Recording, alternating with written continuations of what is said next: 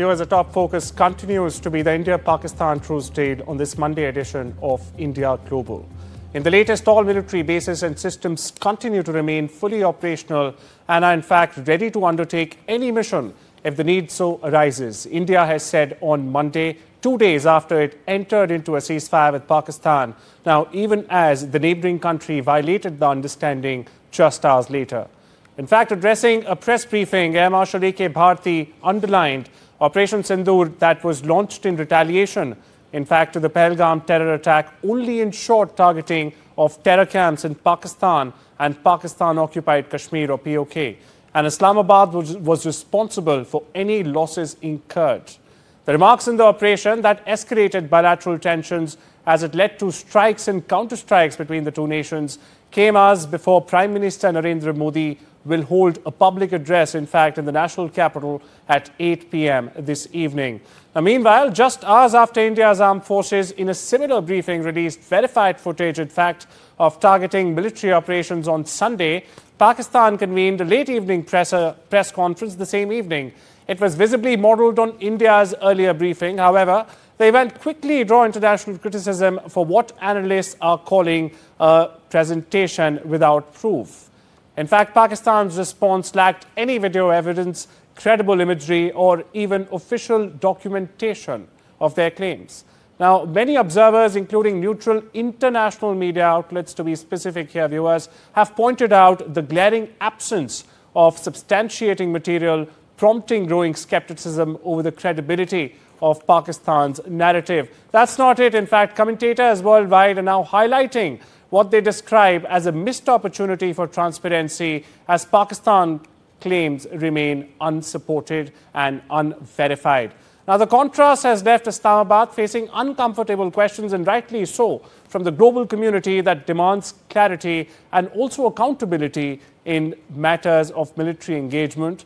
Now, before we open up the discussion and go to Shiv Arur, who's joining us from J&K, listen in to what the Air Chief Marshal said.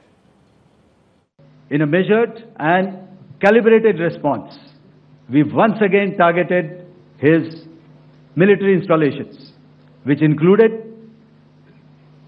his SAM sites at Malirkant. This also included his surveillance radar sites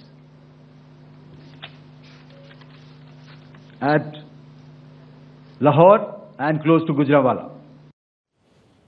Now, my colleague Shiv Arur now joins us from J&K's Baramulla. Shiv, if you can hear me, it's been clear that we indeed also hit a military camp near Karachi, which was, a pressure point for Pakistan. Could you explain it to our viewers the importance of that military camp near Karachi that we hit?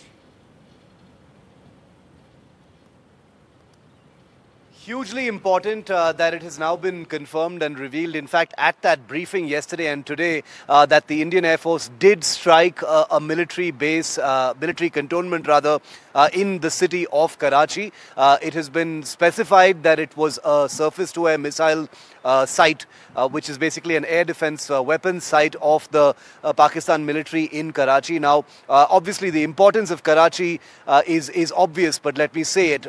Karachi was last attacked by India during the 1971 war. Karachi is the commercial and economic nerve center of Pakistan, very much like Mumbai is to India. It's one of Pakistan's largest and most important cities. It drives the entire economy of Pakistan. It's on the coast. It has a huge port, the largest in Pakistan. And therefore, for India to actually strike a military installation, an air defense installation in Karachi is positively exploding with not just material but non-material significance as well. Karachi is a city that was primed for targeting by the Indian Navy during Operation Sindoor as well. That was clarified by the Indian Navy yesterday, and therefore, more than just the striking of a military installation, if this entire cycle of tension had escalated further, it looks like the city was primed to be much more damaged than it was with just this one strike that we can confirm now. Well, thank you so much for putting things into perspective for our viewers there, Shiv. As my colleague Shiv Arur pointed out, it's not just a strike, but a statement and a clear one that India has made. Now we open this to two guests that we had. SVP Singh joins us. He is the former ADG Artillery and Strategic Affairs expert. Brahma Chellaney also joins us for more on this story. Thank you so much for taking out the time and joining us, gentlemen. How do you assess the strategic messaging behind India's immediate and precise retaliation under Operation Sindoor, sir? The messaging, see, Operation Sindoor is a very good messaging to the world. What is India? What is India's statecraft? Where we stand. It is not for any territorial aggression or occupation of territory. Land is not an issue. It is to eliminate as far as possible the terrorists and terrorism. To that extent, India is taking forward fighting the counter-terrorism.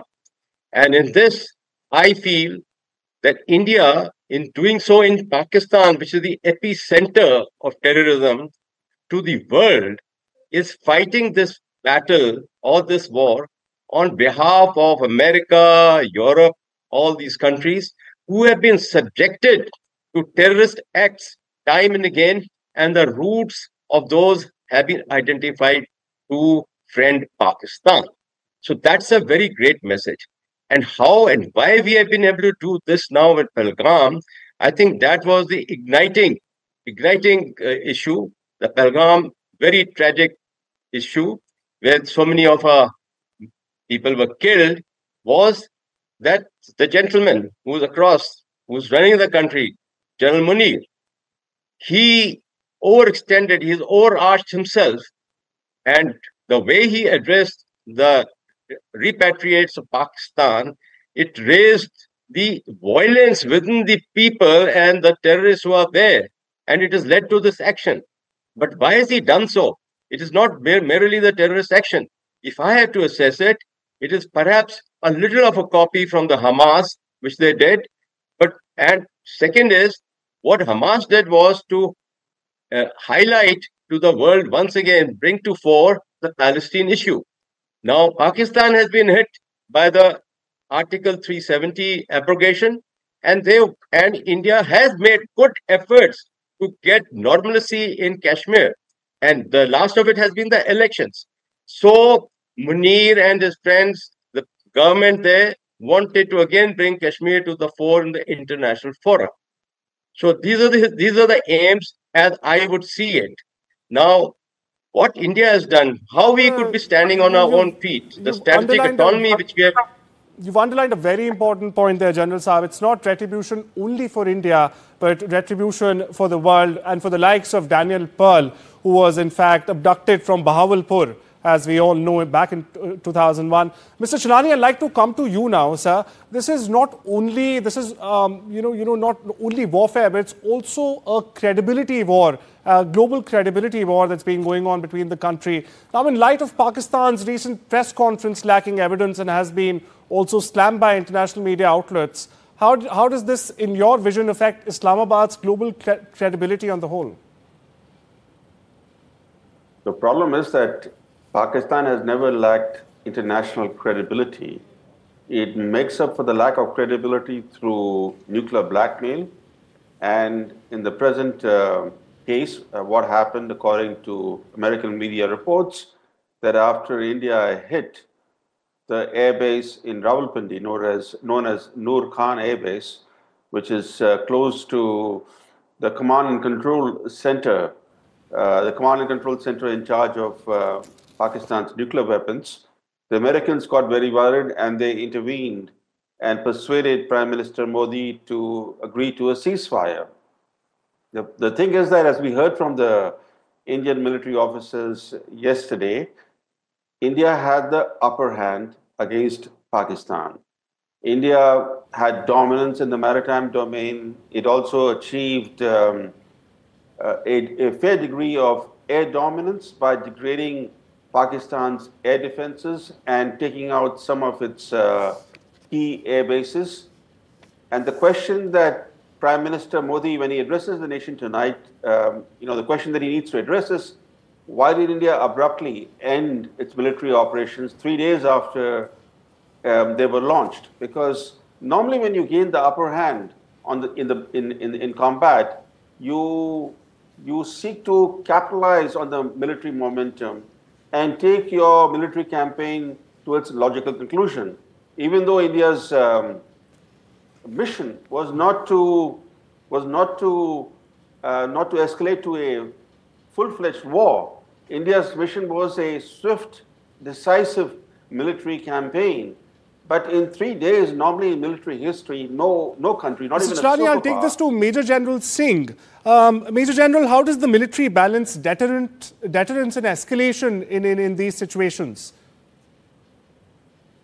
That's a very good question. And Mr. Chellaney also has raised a very valid point. Yes. But I would reply this in the manner that, okay, 3 days, 4 days war, but there was a 6-day war, 1967 Arab-Israeli, and they knocked off the hell out of the Arab world at that time.